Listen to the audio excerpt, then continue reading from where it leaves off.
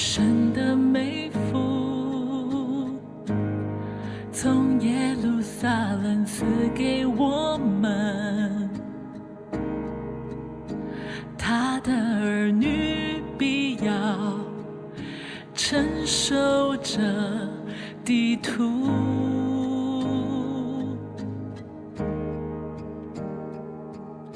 敬畏他的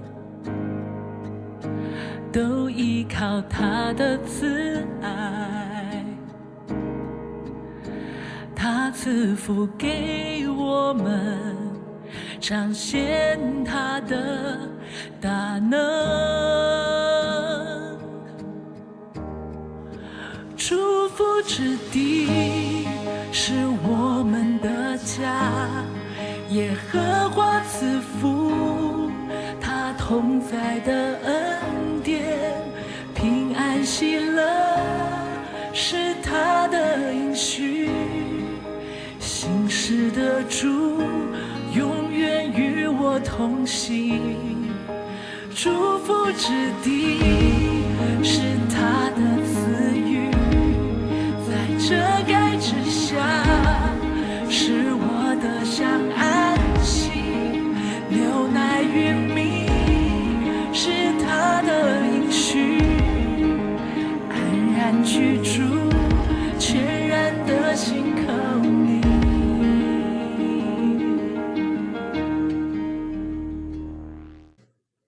各位弟兄姐妹平安，我们今天要来一起共读申命记33章1到29节。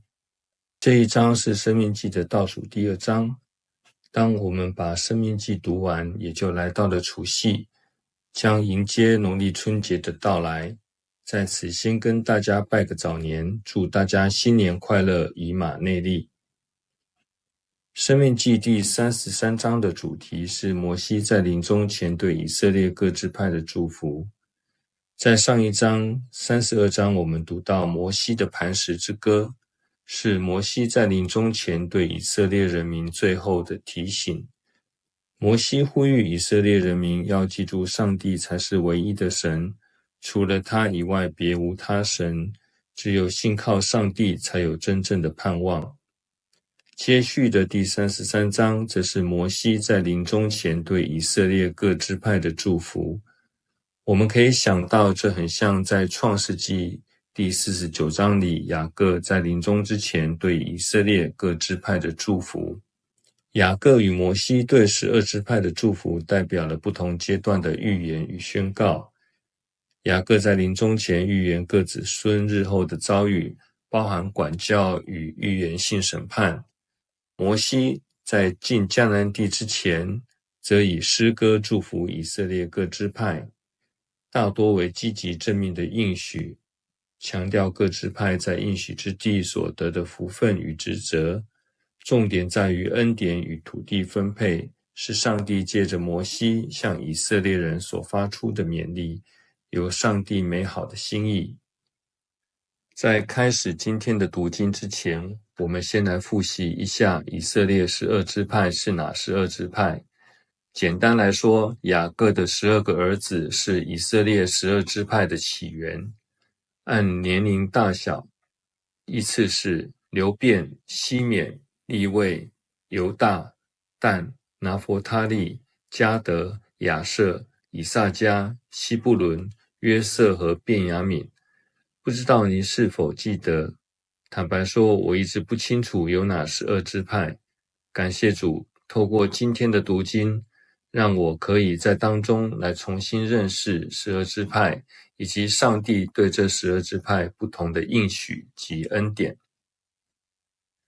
让我们先来读申命记33章第1到第5节。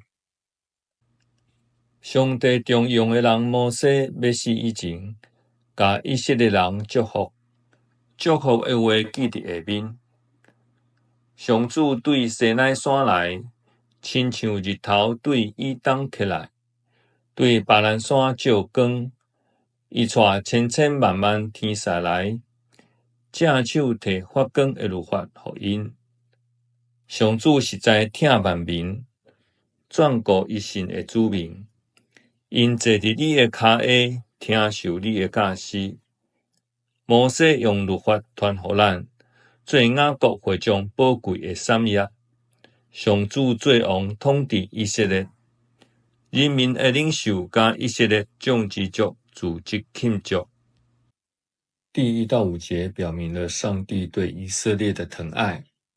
第1节开始说摩西是上帝重用的人，表明摩西是上帝拣选的仆人，要借着摩西来向以色列百姓赐下祝福。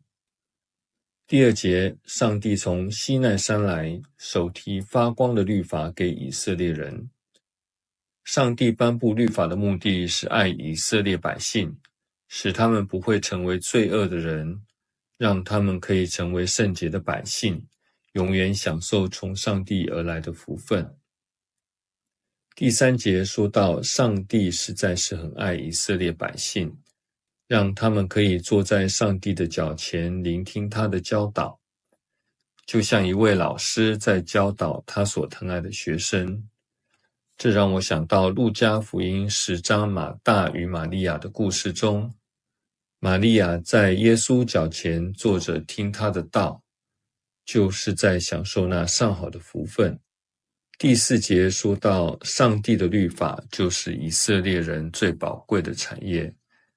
当以色列人忠心遵守与上帝所立的约，生活上愿意行出上帝律法的要求，上帝就在以色列人当中掌权作王。所以第5节说，人民的领袖和以色列众之族要聚集庆祝。敬畏耶和华是智慧的开端，也就是说，与上帝建立正确的敬畏关系，才是一切真智慧的起点与基础。而遵守律法，则是将此智慧具体实践于生活中，藉由远离恶事，遵行上帝的话语，才能带来生命的改变，得着真正的福分。接下来，摩西开始为各支派祝福。第6到11节是对流便、犹大及利未这3个支派的祝福。鲁便支族虽然人也少，原因继续生存无断绝。关系犹大，因讲，愿上主听犹大的祈求，带因甲别个支族重新联合，因为家己交战，愿你帮赞因打败对敌。关系利未，伊讲，愿上主将土明赐予利未，将乌灵赐予对你忠心的人。你伫马赛考验因，伫米利巴水泉甲因争论，因忠心遵行你的话，坚守你的约，超过看顾父母，重视兄弟姊妹，照顾囝儿。因要用你的规律教示雅各，用你的律法教示以色列。因要伫你的面前烧香敬拜，伫祭大献规只生鲜做烧化祭。愿上主赐福因的产业，甲纳因的手所做的工作，遐会起来攻击因、怨恨因的人，愿你拍断因的腰，互因袂当搁起来。第6节为流便支派的祝福是愿流便支派继续生存，不至于断绝。流便是雅各的长子，这样的祝福感觉不是特别的好。但若我们知道流便曾与他父亲雅各的妾毗拉通奸，导致其长子的名分被转移给约瑟，这样的祝福相较于雅各在临终时对流便的控告，取消他长子的位分，已算是很有恩典了。因为流便支派位于约旦河以东的最南边，很容易受到外敌的侵略，也失去了做领袖的地位。所以上帝应许流便支派虽在危险之中，却不致灭亡，人口也不致稀少。第7节是为犹大支派祝福。犹大是雅各的第4个儿子，得到的是君王的位分。大卫王及耶稣的家谱均出自此支派。上帝除了俯听犹大向他祷告的声音，也应许犹大支派出去与仇敌征战时，能帮助他们取得胜利。第8到11节是对利未支派的祝福。利未支派是被分别为圣，作为祭司侍奉上帝的人。第8节说到，上帝将土民和乌灵赏赐给忠诚的利未人，利未人可以用这2件圣物来寻求上帝的旨意，而利未人也愿意把自己分别出来，忠心且坚定地执行上帝的命令，即便是要处罚自己的同胞手足。所以第9节才会说，坚守上帝的约超过看顾父母、弟兄姐妹和儿女。若他们违背上帝的旨意，利未支派也不会偏袒他们。第10节指利未支派要负起教导律法给以色列百姓的责任，帮助百姓献烧化祭，全然献上给上帝。第11节求上帝赐福利未人的财物，愿那利未支派所做的工，保护他们战胜仇敌，因为他们专心服侍上帝，虽没有分到土地，也不允许仇敌的攻击。上帝要亲自供应利未支派，与他们同在，保护他们。这里顺带提到，摩西在对以色列12支派的临终祝福中没有提到西缅，主要原因是西缅支派因早期的罪行，杀害示剑人受到咒诅，导致人数锐减，势力衰微，最后被并入犹大支派，地业也在犹大境内，与犹大支派一并被列入，且此时该支派因已失去独立的地位。接下来的第12到21节是对便雅悯、约瑟，包括以法莲与何玛拿西、西布伦、以萨迦、迦得这几个支派的祝福。关系便雅悯，伊讲，愿上主予伊所疼的伫伊的身边安然徛起，上主规日保护因，予因伫伊的行前享受安息。关系约瑟，伊讲，愿因的土地得到上主赐福，得到天顶的甘露，地下的水泉。愿因对日头得到丰收，对月亮修成土产，对古早就有的山得到保密，对永远徛在的山岭得到宝贝。愿因得到土地甲出产的保密，以及能在地七撇的上主的恩惠，愿这个拢赐予约瑟，规伫兄弟中受竞选做领袖的约瑟。愿伊亲像头前生的牛犅，有大威严，伊两支角亲像雅有的角，将目角搭到天边海角。这两支角是以法莲万万的精兵，加玛拿西千千的勇士。关系西布伦，伊讲，愿西布伦欢喜厝活，愿以萨迦快乐踮厝内，因要召集万族来选你，伫遐献公义的祭，因要吸收海里丰富的资源，甲藏伫山里的宝贝。关系加德，伊讲，着称赞扩展加德领土的上主，愿加德亲像彼得的师母，拆入内物的清水甲头壳，伊为家己选择上好的土地，是掌管者的份业。伊甲以色列的领袖做伙，实行上主的公义，执行上主为以色列所做的判断。第12节论便雅悯支派说，上帝让他所喜爱的便雅悯支派可以在他的身边安然居住，也要终日保护他们可以在他的胸前安歇。便雅悯是约瑟的弟弟，是雅各的12个儿子里年纪最小的。上帝爱他，所以拣选便雅悯支派土地当中的耶路撒冷城作为圣殿的所在地。第13到17节是上帝对约瑟支派的祝福。第13节，愿约瑟支派的土地得到上帝赐福，有天上的甘露和地上的泉水。第14节，愿约瑟支派得到太阳所晒熟的丰收，及月亮所养成的土产，就是透过日月来照顾约瑟支派土地上的农作物。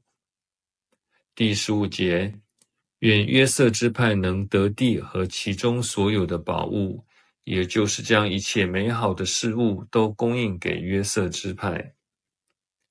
第16节，上帝也要像从前在荆棘当中显现，向摩西说话一样，向约瑟来显现，来说话。愿这些福分都归于那在弟兄中受拣选做领袖的约瑟。因约瑟做埃及首相时，曾拯救到埃及投靠约瑟的两个全家。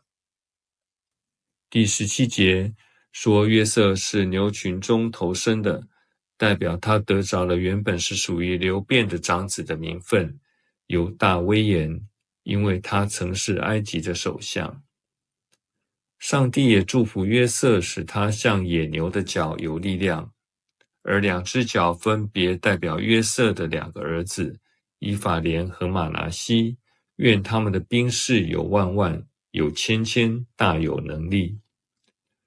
如果说利未支派所得的是属天的丰富，约瑟支派所得的就是属地的丰富与扩张。约瑟支派包括以法莲和玛拿西，他们后来分得的迦南地最大最好的部分，成为北方最大的两个支派。第18、19节是祝福西布伦和以萨迦支派。西布伦和以萨迦都是雅各和利亚所生的。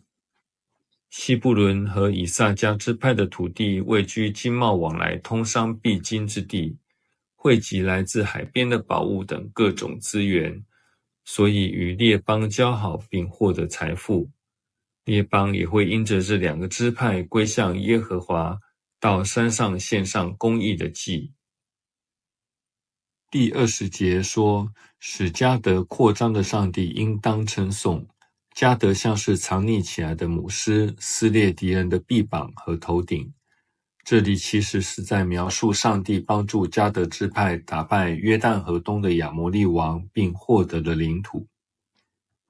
第21节说，迦得支派和以色列的领袖一起实行上帝的公义，执行上帝为以色列所做的判断。这里描述的是迦得支派忠于摩西的吩咐和约定，在获得约旦河以东的土地之后，仍继续和以色列的领袖一起渡河到约旦河以西，帮助其他支派取得约旦河以西的土地，让其他支派可以得地为业。接下来的22到25节是对但、拿弗他利、亚设三个支派的祝福。关系但，他说但是少壮会使对巴山跳出来。关系拿弗他利，他说拿弗他利，你得到充足的恩惠，得到上主满满的祝福，愿你得到西边甲南边的地。关系亚设，他说亚设是上主上祝福的囝儿，愿伊得到兄弟的欢喜，橄榄油因伊的骹目。你车门的掣是铁的，重的，你的久长享受太平。第22节说，但像少壮的狮子一样从巴山跳出来，指的是但支派离开原本抽签的土地，往北移动到以色列最北边得地为业。第23节论拿弗他利，说拿弗他利得着充足的恩惠，有上帝满满的赐福，可以得到西方和南方的土地。这里指的是靠近加利利海的西边和南边，得地为业，充满了祝福。第24节说亚设支派是上帝最祝福的儿子，祝福亚设支派能得着弟兄的喜悦。亚设支派的土地肥沃，所种植的橄榄树最为出名，甚至橄榄油都能淹到脚踝。第25节说亚设支派的门栓是铜的，是铁的，表示拥有坚固的防御，可抵抗仇敌。上帝还应许他们能长久享受太平。25节的这句经文在新标点和合本是：你的日子如何，你的力量也必如何。相信大家一定听过，意思是不论你的环境和条件变成如何，上帝所赐的力量都足以面对仇敌的进攻，使你得胜。最后第26到第29节再次表明上帝是如何的爱以色列百姓，愿意成为他们的盾牌和随时的帮助。以色列啊，无一个会当甲上帝比，伊对天顶帮站立，伊做云显出伊的荣光。对古早就有的上帝是避难所，伊的手永远扶持你，伊伫你的面前将对敌赶出去，佮讲甲因消灭。以色列通享受太平，雅各的后代住伫出产五谷甲新酒的地，天嘛降落水予伊。以色列，你真有福气，你是上主拯救的子民。有倒一个民族亲像你，伊是保护你的盾牌，是你得胜的刀剑。你要征服对敌，要打因的脚赤片。第26节说，没有任何一个可以和以色列的上帝比的。他为了帮助以色列在天上显出他的荣光。第27节，上帝是以色列的避难所，他永远扶持保护以色列，将仇敌从面前赶出去。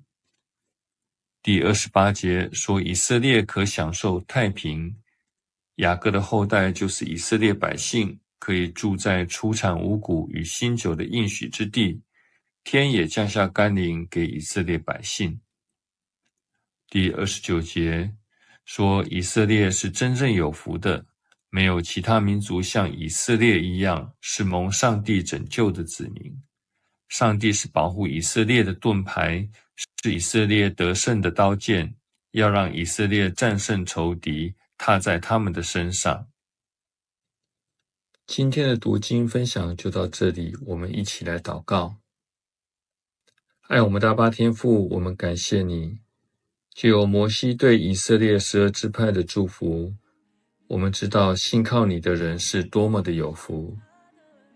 正如诗篇1篇1到3节所说，唯喜爱耶和华的律法，昼夜思想，这人便为有福。他要像一棵树栽在溪水旁，按时候结果子，叶子也不枯干，凡他所做的尽都顺利。愿我们都能体贴你的心意，顺服你的旨意，活在你的恩典之中。日子如何，我们的力量也必如何。这样的祷告是奉主耶稣基督的名求，阿们。神的美福从耶路撒冷赐给我们，他的儿女必要承受着地土。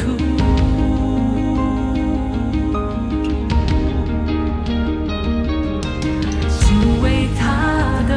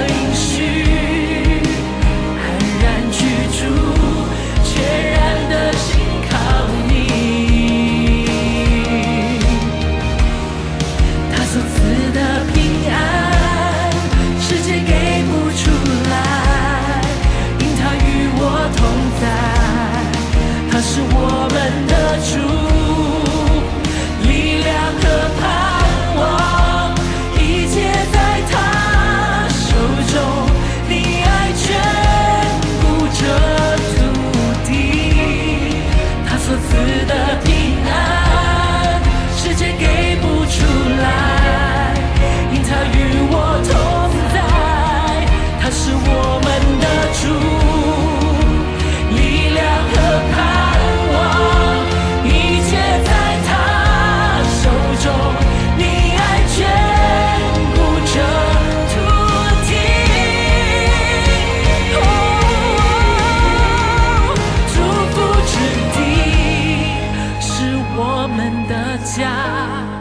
耶和华赐福，他同在的恩典，平安喜乐是他的应许，信实的主永远与我同行，祝福之地是他的赐予，在遮盖之下是我的相爱，流奶与蜜是他的应许，安然居住，决然的心靠你。